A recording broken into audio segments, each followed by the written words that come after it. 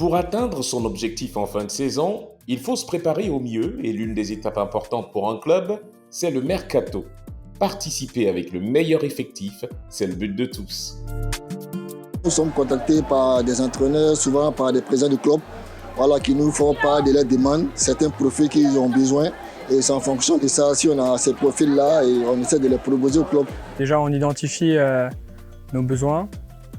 En fonction des besoins qu'on identifie, on crée différents types de profils avec des choix numéro 1, numéro 2 par poste.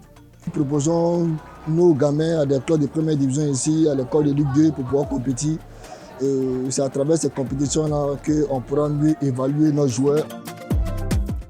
De tous ces joueurs disponibles sur le marché, le club doit faire des choix. Afin d'y arriver, le processus de décision diffère en fonction des clubs. Il faut dire que la prise de contact avec les joueurs, c'est depuis le championnat en cours déjà. On commence déjà à cocher déjà certains joueurs dont on trouve le profil intéressant. Ceux qui viennent à l'essai, c'est ceux qu'on arrive à répertorier. Au cours de la saison, on voit déjà des centres de formation jouer et des équipes de quartier où on voit certains profils intéressants. C'est eux qu'on coche et avec qui on garde le contact. Et dès la reprise, on leur fait signe et puis ils viennent en essai. Des profils qu'on identifie et qu'on valide. En fonction de ça, après, à partir du moment où sportivement, le joueur rentre dans le projet sportif, le projet de vie, on fait parvenir au président, le président va s'occuper de la partie contractuelle et financière et qui va être validée après par le propriétaire. Nous travaillons de façon collégiale. Une décision, on la prend ensemble sur un joueur. Je peux proposer un joueur. Le premier adjoint, il a son mot à dire. Le deuxième adjoint, il a son mot à dire. Même l'entraîneur de gardien, il a son mot à dire. C'est important de savoir qui fait quoi, qu'il y ait une très bonne communication et qu'à partir de ça, on peut faire un bon recrutement. Porter son choix et s'accorder sur un joueur en interne n'est pas l'unique étape à franchir. Pour arriver à un accord qui implique toutes les parties, il faut être capable de convaincre le concerné. C'est présenter le projet aux joueurs, de pourquoi on souhaite que le joueur fasse partie du projet, quel est le projet de l'équipe et du club. En fonction de ça, la première des choses, c'est lui expliquer, certes, tout ce qu'il pourrait nous apporter, mais aussi ce que nous, on pourrait lui apporter, que ce soit sportivement et en dehors. Et après, la deuxième des choses, c'est la partie contractuelle, où là, il faut être aussi malin et avoir des solutions pour que ça soit gagnant-gagnant.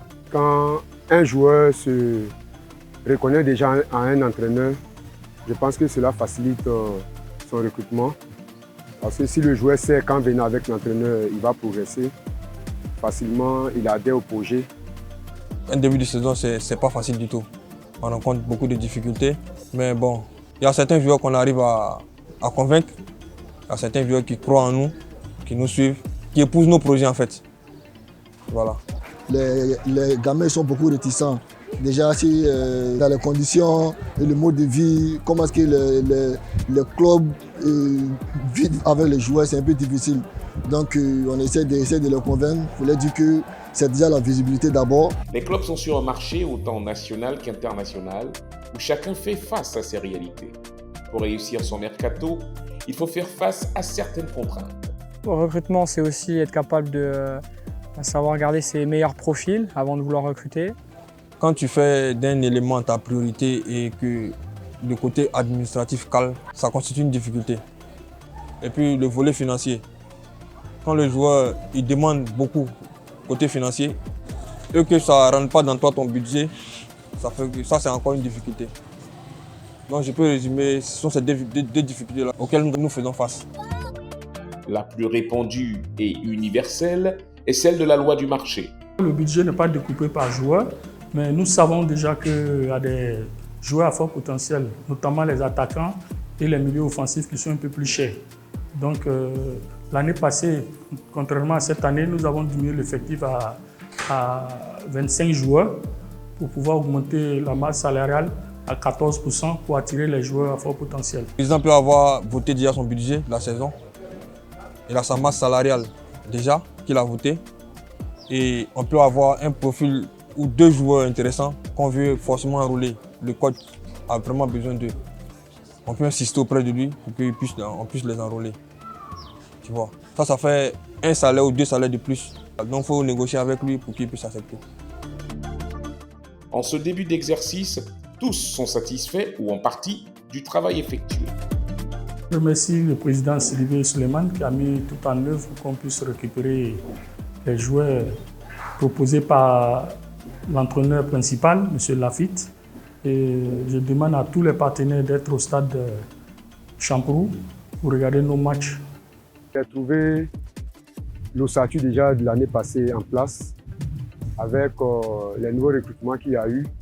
En fonction des profils, je pense que nous allons mettre un système en place, des stratégies pour que le groupe puisse bien fonctionner.